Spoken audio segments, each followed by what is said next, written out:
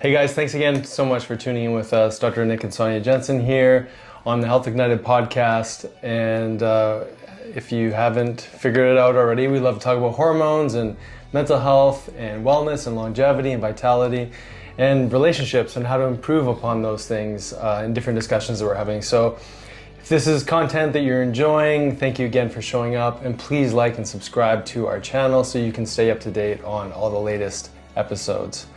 So in today's discussion, we're going to get into one of the worst things that you can do for your health. And since it's Mental Health Month, we're going to talk about this worst behavior that so many of us partake in. I think everybody does. And we want to bring some attention into this conversation to help highlight where we're getting stuck, why we're doing this behavior, and what that leads to with regards to long-term health. So is it a behavior or an emotion? Well, I was thinking about this, and please, you guys share what you think it is, and I think it's a behavior. And so what is this worst behavior that so many of us do, and it leads to all sorts of different health consequences, both physical, mental, emotional, and beyond. So what is it? Worry. Worry. Yes. So let's define that then, because you were kind of referring to it as emotion. I initially thought of worry as an emotion, but I've started to realize it's actually, to me, it's more like a behavior. Right. But tell me why you think it's an emotion. So I put together worry and fear. And I guess with fear, it will fuel an action or a behavior. And I feel like worry would do the same. Because if you're worried about something, your then next step, whether it's an action or what you say or what you choose to do, is because of the worry that you're experiencing, I guess more in your mind. The emotion, I feel like, comes a little bit more from the heart and the mind. Okay, now you got me all confused. Well, I think it's important, something important to ponder, because and the reason I guess I see it as a behavior is because you can be worried, and part of that worry is attached to fear. But you can also be worried because you're angry. You can be worried because you feel self-doubt. You could be worried because there might be some sort of natural disaster. Maybe that goes back to fear as well. But it's almost like a state that we find ourselves in, which is why I think it's more like a behavior. It's an action we're choosing. It's definitely not an outward action, although we might apply some actions that mirror that worry that we're experiencing or that we're choosing to engage in. But it's really like it is something that you're deciding on some level to partake in. And the interesting thing about worry is that you can have many different polarities attached with it. So you could even be in joy and still be worried about something. Totally. Yeah, so I think it's fascinating. And, when wearing the Bob Marley shirt, his song is "Don't worry about a thing, everything's going to be all right." And it is one of those behaviors that we're doing so regularly that I want to sort of break down what are some things that you might worry about often, and then let's also define worry and how it relates to concern, because I think those can be two different things as well. Yeah, so I did a little post on Mother's Day and mentioned something that fear and worry end up being like your middle name as soon as you step into motherhood, because then you're constantly thinking about what could go wrong and constantly worried about what you're not doing, what you're doing too much of, what other people are thinking, what your child needs. Like there's so many of these things happening, so you're almost in a constant state of worry at that point. Yeah. And then, so what do you do with that? Well, I think it changed in different, so if I'm speaking to motherhood, it changed for me in different stages. In the beginning, when they were really small, I think I had very strange scenarios that would show up in my mind, and then I'd have to pause and recognize that this is just, it's a state of mind, it's not actual reality. At this stage, I would say in regards to kids right now, it's like I worry about how they are in their social interactions, or how they are in school, or how it's what we need to do next for them to help them be prepared for their next stage. So I feel like as a mom, I'm in a constant state of worrying about what's coming next. Yeah, and the invite really is to, again, everything's going to be all right. Right. Right? So then is there a difference between like worry and preparedness? For sure there is. I think Right. there totally is. And I think there's So where's the discernment in that then? like what's the difference? Yeah. The differentiating point? So maybe in my mind I'm preparing. Maybe, but I think of like what it takes to be present. Right? You know, let's say we're in an activity, like let's say like when you dance, you're not thinking about anything else. Are you worried at all? Like that you might not get the next move? No, of course not. Like she's an amazing dancer, so but that's the whole point. Because I've practiced. For sure. I think that's there's a different confidence. But you aren't worried when you're practicing. No, You're just practicing. You're having fun. Yeah. So that's what I mean. It's like how immersed can you be in your day or in the things that you're doing? You know, because what value is there to worry? They're really like it's offering nothing, but yet it's the thing that's taking the most time in our consciousness. And that's why I think it's so interesting. So many of us spend a tremendous amount of time in that state of worry, and there's no value to worry that I can think of. Yeah. I really think that there's literally no value to it. And yet we spend probably the largest part of our day in some state of worry. Right. And when I talk about worry, like worry could be like about finances, like it could be mortgage stuff, it could be business stuff. It could be worried about, you know, like maybe my kid's going to be influenced by someone at school that we don't want, or maybe they're going to make some bad decisions. You know, worry could be like you're driving a car and you're concerned that someone might swerve into your lane. You know, so I think the invite with worry is every time we, you know, entertain these different ideas, it's actually a way to come back to presence. Because we can linger in that state of worry, or we can go, wait, what am I doing right now? I'm cutting vegetables. Right. I'll be more present with my vegetable cutting. Make sure I don't cut my finger. Maybe that's being more prepared. But I think of like the destructive behavior of worry is such a problem because it's ongoing. Yeah. So what's happening on like a brain level, a hormone level when we're worried? Yeah.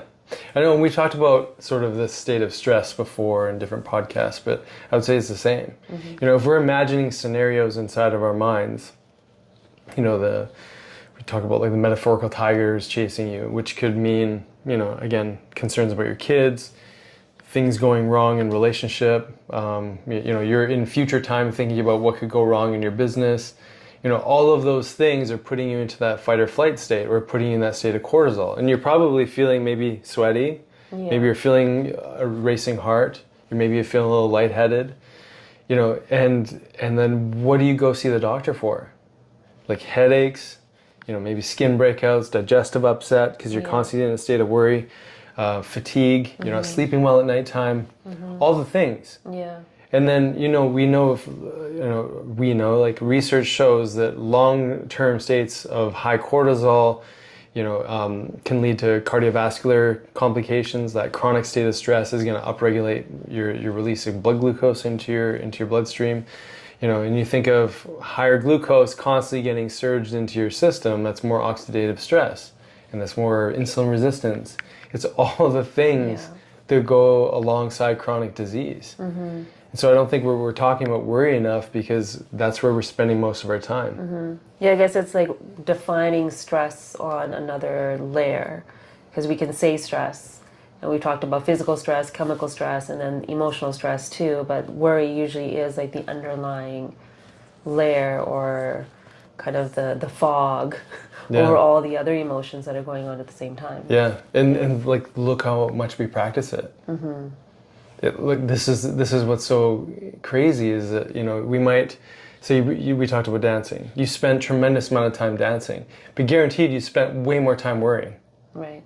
In your life, right? Like if you stack up the amount of hours in your life that you spent worrying about stuff that never led to any sort of, you know, effective outcome or some sort of positive outcome, and yet we spend so much time there. Yeah, and the interesting thing is when I'm working with someone and they're in a state of anxiety now, like say in adulthood, or they're under a lot of stress, or like their coping isn't one that's actually serving them, my first question is, as a child, were you a worrier? Because I think it actually really shows up at a really young age. And I know we've noticed that with our oldest, he's more of a worrier and like cautious and always looking at his surroundings and has to be comfortable and confident before he can take the next step. But I brought this up with him when we were in Mexico, Right. and he's like, but I think it's a good thing because then it makes sure that I make good decisions. So let's define that. Yeah. Worry versus concern, Right. right? And preparedness. Yeah. So can you define that? No, you define it because you brought it up. Okay, well, I would say that concern is part and parcel to preparedness. Right. Because you can have concern, we're surfing in the ocean. You can have concern that there's maybe sharks around, Right. Or you can also worry about it too. Right. So then what's the difference? Well, I think, if we take it into that step or that reality of preparedness, how comfortable are you out in deeper water? How comfortable are you paddling on your board? Are there people around you? Are you surfing in an area where you're all by yourself? Or are there people around you? Are you in an area where you're comfortable surfing in those particular waves? Do you find, like are you able to be in that environment and feel like you have some relative control over your circumstances? I think that's being prepared, and that we can have concern still, but we're not operating in this state of worry, which is where we're going to make these silly decisions, right? Not to go into the whole story of it, but this is literally the circumstance that happened to my dad when he was in the ocean. He got stuck in a riptide. He went right to worry. Fear, he basically froze. And so this was in a place that he prepared for. He was not comfortable there. Like there was a brand new environment, all these things. And so that worry put him into a state of freeze. And so it's really hard to make good decisions when we don't know what to do because we're in an uncomfortable situation. Yeah, because it's feeling that amygdala, it's feeling like that lower brain center to be more reactive, because I think worry and fear are like they're sisters. Yeah. They're always together. Yeah. And we can be worried about the past because maybe we didn't show up the way we needed to, or we feel like someone harmed us in some sort of way that we can't let go, can't forgive. Or we're thinking about something that's yet to come. And so it encompasses so much. And whereas concern, I think, is really much more about being in a moment of like, am I safe? Have I taken care of as much as I can? And then, inshallah, whatever happens, happens. That would be my definition. Anything else that you want to add to that from a differentiation between worry and concern? No, I think how you laid out the preparedness, because it sounds to me then the way to step out of worry, or if you're in the habit of worrying, because some of us will joke about it too, that that's just who I am, I just worry all the time. But a way to maybe step out of that mindset is to be more prepared. So, or to make an actual list of what are my worries. We talk about fear setting that Tim Ferriss teaches often with our patients, but maybe it's worry setting and writing out these are my worries in the past, in the present, in the future, and how could I prepare for it. So of course the past we can't shift, so it's how do we come back into this moment, so if there are things that are coming up in the future, we're just feeling more prepared, more confident, so that the worry doesn't have to exist. Yeah, I think there's lots of different ways to break down what to do with worry. And I think you brought up a really important point. And so instead of maybe even listing all sorts of different ones, maybe you're finding yourself in a moment, say right now, you're worried about something. Great. Why don't you take that and write that down? Right. And say, I'm worried that, I don't know, I won't be able to pay for my mortgage this month. Or you could bring up the shark example. I'm worried that a shark's going to bite me while I'm on a surfboard. And then I think, what are all the things that are involved in that scenario? So how many times do people usually get bitten by sharks? Or what are, if it's financial stuff, have you written out all the things that you're spending money on? How can you know more about the problem? Because I think part of worry is because we haven't actually assessed the problem. We haven't actually looked at all the different criteria. It's just something that we don't really want to look at, but yet we don't stop thinking about it. Yeah, it's kind of like when you're in the unknown. Yeah. So in order to become more familiar with what the challenge is, really step by step, looking at maybe breaking things down to understand, okay, where am I missing information and how can I bring that information in? I think that's the most important thing, because I think we spend way too much time giving whatever that worry piece is way too much energy, way too much attention, and yet we haven't actually deconstructed all the different things that they're involved, and that's where that fear setting is. It's actually saying, what is the worst case scenario with all of these different situations? And I think once you write them down, then you can start to, can you come to a place of acceptance? If the worst case scenario happened, can I be with this? Right? Or what can I do to prepare for that if that were to happen? Well, yeah, and I would say that might be the next step. Is that, first, let's say you've got that idea of worry, and then you write down all the things that are attached to that are associated with that worry, all the limiting beliefs, all the beliefs that you think you had, other things that people have told you about that, why you should worry about it. Write them all down, and at the very end, then it's like, how do I be more prepared? What can I do with that information that I'm worried about? And start to turn it into some sort of action plan to be more prepared. Yeah.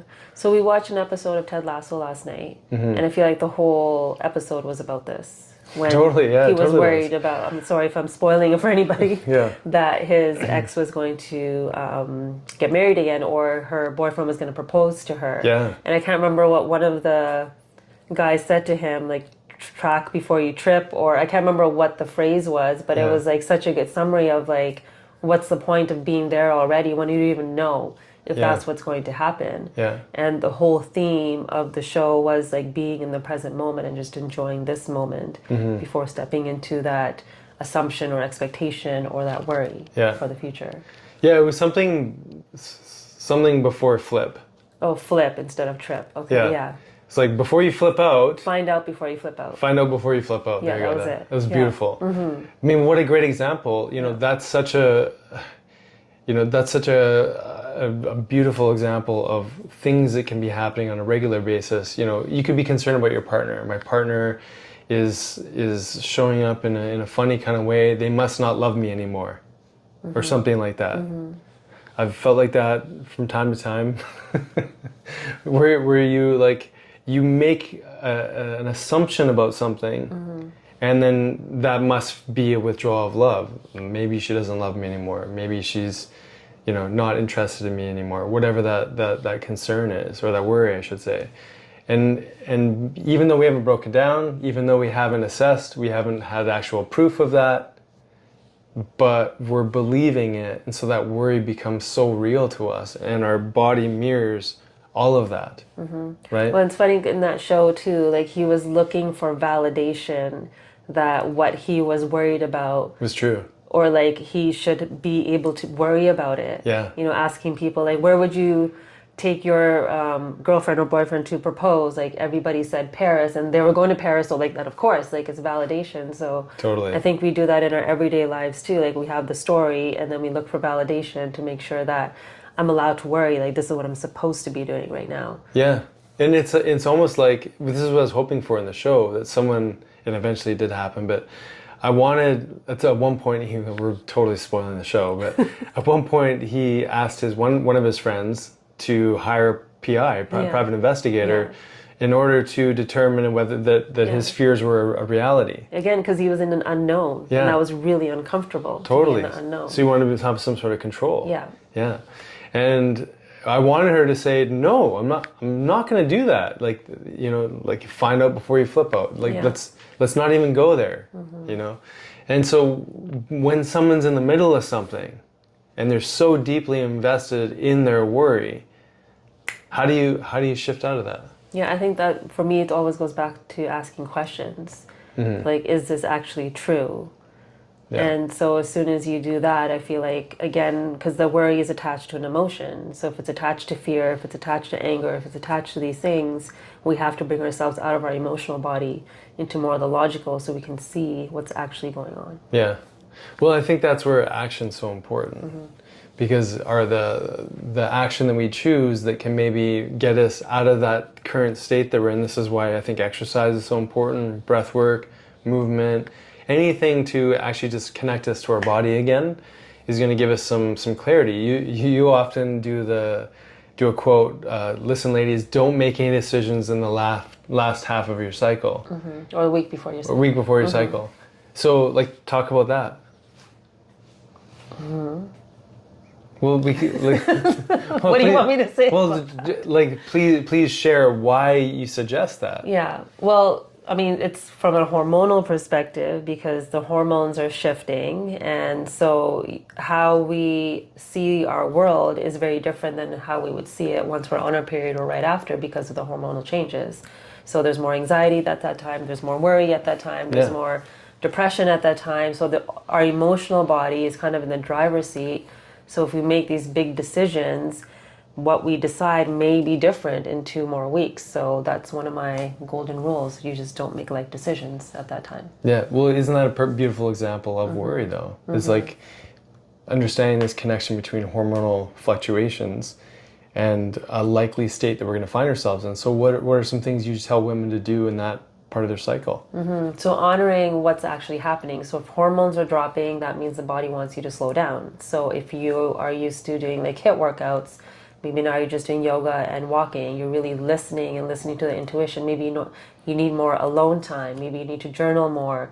Maybe you need to move in a different way that we were just talking about. So there's other things that you can do. Maybe you need to eat a different way, not fast so much. Like there's all these lifestyle things that you can do to help support you in that week so that you don't give in to that emotion. And I think that's really important because, you know, a lot of people maybe even watching the or listening in are, you know, worried about a health crisis. It could be an autoimmune thing, it could be just a recurring annoying symptom that you don't like, or it could be something more serious, cardiovascular disease, cancer, what have you.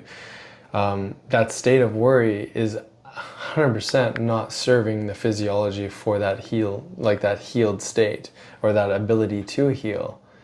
And so same kind of messaging, right? Or like worried for a loved one. So if you have like aging parents, seeing them, you know, shift because they're aging, or seeing them go through something, like if it's cancer or autoimmune or whatever it is, then worrying about like your future in 10, 20 years. Yeah, well, the 2 points there, you're worried about yourself, Yeah. but then you're also worried about your relationship to that person and, Yeah. and that changing, and then you're worried about that person. It's just like, And all the time you're missing all the time you could have with that person being present. yeah, isn't that crazy? Yeah. So do you still think worry is an emotion? I think there's an emotional component to it. I think there's emotion attached to it. Yeah. For sure. But do you still think it's an emotion, or do you think it's a behavior? It's like or a state or something that we're choosing for ourselves. Yeah, I would call it a state. I wouldn't call it an action, but I call it a state. Yeah. So would you say it's also behavior? So behavior would be an action, though, I guess. Yeah. But I feel like worry is a verb. It is an action. It's just not necessarily a physical action, although it may lead to physical action. But I feel like it's a mental action. Yeah, I guess if you could put it that way. Okay. Okay. So that works? I'm not totally convinced, but sure. Okay. So we talked a little bit about the physiological changes that happen with worry, some of the different things that show up in a cycle and how that correlates with worry. A way to break down that worry, we talked about that. What is, like, you know, maybe if you can share a patient story of someone who, let's take it one step further, maybe someone's in a state of worry because of past history or trauma. And maybe what's a story that allowed them to rewrite a new story so they don't have to linger in that state. So when someone's still stuck in their past story, I think a lot of the worry is like that past story repeating itself. So their brain and everything is operating in a way to prevent that same emotion, that same feeling, that same scenario. So they're kind of stuck in that fight, flight, freeze kind of stage. So when somebody is stuck there, it really is about how do we support the nervous system. So as you start to support the nervous system, start to create more safety, and I think that safety piece and that preparedness that we talked about are both linked, then that is where the vigilance maybe can shift. My sister and I were actually talking about this yesterday with kids. So I've shared my story of what happened when I was young, and she works with kids, so we know not so great things can happen on playgrounds or sleepovers or all these things. And we were talking about like, will that ever go away for us, where we're so vigilant and like watching them when they're on a playground, and does that take away like their freedom in any way? Are we trying to control? And what we kind of came to is like, because of our past experience and because of what we see, that's what's fueling and feeding that vigilance. So we can just again step into just being prepared, just like creating safety. So I think if we go back to those two words, it can then shift worry into more of like confidence that it's going to be okay. And like maybe trust. Yeah, trust. Yeah. And then at some point, I think that we have to, like, I love that term, inshallah, like whatever, like just in God's will, like whatever is to be is to be. Yeah. But that's a scary place to be, right? Yeah, that's a lot of like surrender and letting go. Yeah. But I think in order for someone that's like had stressful moments to get to that place, they won't get there until they feel safe enough to do that.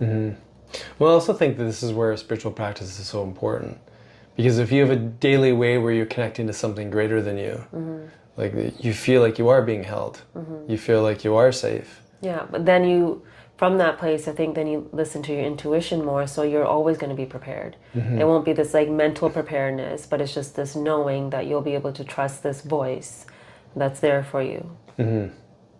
Yeah. So there's so many things that I think that people could be implementing in order to dissolve some of their attachment to worry. And we say this all the time, and you said like the best form of self-care is to know thyself. And so if you were to, start applying this into your life, what are some ways that one could start to do this? Like maybe journaling, or like what are some other ways that you can start to identify, I didn't even know I was worrying. Yeah. How many times does that happen? Yeah, I think just writing down your thoughts for some people can be really helpful. Or like verbalizing if you're a more verbal processor, but just like recognizing or just noticing and kind of having fun with yourself a little bit of like, oh, here I go again, like I'm worried about something. And just seeing, is this a habit that's showing up for you all the time? And for women, maybe like during your cycle, start to notice, like, do I worry more in certain times of my cycle? Is that going to then influence my actions and whatnot? Then for sure it will. Yeah. Right. Okay. That was fun. Yeah. It's fun to talk about worry. Right. Yeah. Okay, so now we'll pause and worry about some other things. So those of you that are tuning in, please share some of your thoughts and ideas around this concept of worry. And the more we talk about it, the more I recognize it's just a muscle that we've exercised so much. It truly is. And what would life look like, a year from now, 2 years from now, 3 years from now, if we really made some effort on dismantling some of the attachment that this has on our life, and what does that mean for our health and our longevity? So these conversations and more is where we dive into our Health Ignited Club, where we meet once a month with our crew. And if these conversations are of interest to you, please go to drsjensen.com. Yeah, drsjensen.com, and you can find the Health Ignited Club there. We'd love to have you and join in on these more important, in-depth conversations.